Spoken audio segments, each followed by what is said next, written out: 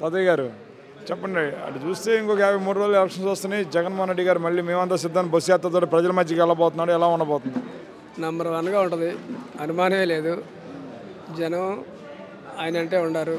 నాయకులు మారినా ఉపయోగం లేదు. 3 పార్టీలు కలిసామో మేము ఏదో చేస్తూ ఉంటున్నారు. బీజేపీకి ఎంత ఉందో అందరికీ తెలిసిందే. జనసేనకి ఆయనే గెలవలేదు. ఆయన పార్టీ పెట్టి అందులో ఆయన సీఎం అయితే ఏదన్నా ఇంకో రకంగా ఉండేదేమో.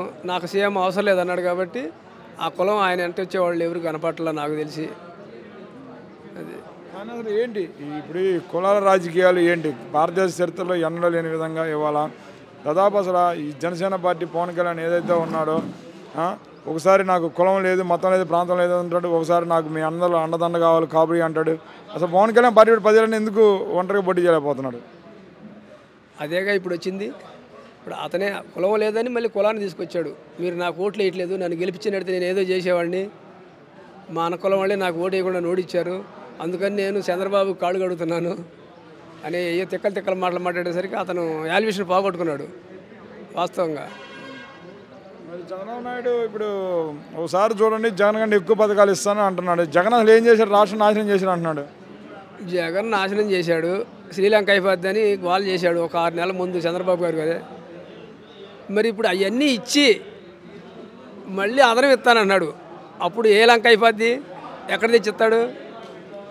ఆయన చెప్పేది అసలు నమ్మకం లేదండి. పోయినసారి ఏ క్రాప్ లోన్ కానీ గోల్డ్ లోన్ కానీ ఏ లోను మీరు కట్టబాకండి, మీ బంగారం మొత్తం మీ ఇళ్ళకి తెచ్చిస్తా అన్నాడు ఎలక్షన్ ముందు.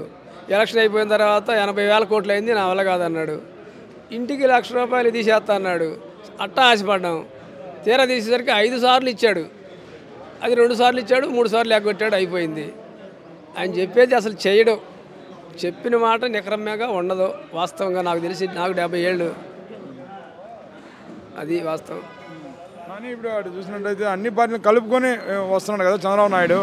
మరి జగన్మోహన్ రెడ్డి ఎదుర్కొంటాడు వాళ్ళందరినీ గ్యారెంటీగా. ఇప్పుడు బీజేపీకి ఎంత ఉందో తెలుసు ఈ రాష్ట్రంలో. 1 సీట్ లేని వాళ్ళని వాళ్ళకి ఈయన భయం అయ్యి తీసుకొచ్చి వాళ్ళని ఏదో ఇది చేసుకున్నాడు. కానీ పవన్ కళ్యాణ్కి ఎంత ఉందో తెలుసు. మనకు 4 కులాలు కనబడుతున్నాయి ఇక్కడ, ఎస్సీ బీసీ మైనార్టీ వాళ్ళు.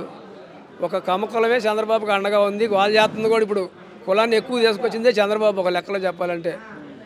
మన కులం ఇది అవుతుంది, మన కులం ఇది అవుతుందని గతంలో చంద్రబాబు గారు. కులం కాదు బాబాయ్ గారు, మంచి అనేది కావాలి కదా. ఆ మంచి ఇవాళ జగన్ గారిని కాపాడాల.